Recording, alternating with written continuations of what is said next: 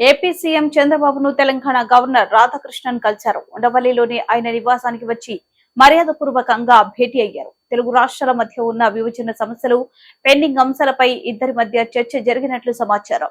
అంతకుముందు గవర్నర్ కు మంత్రి నారా లోకేష్ స్వాగతం పలికారు. మంగళగిరి చేనేత సెలవుతో ఆయన్ను సత్కరించారు.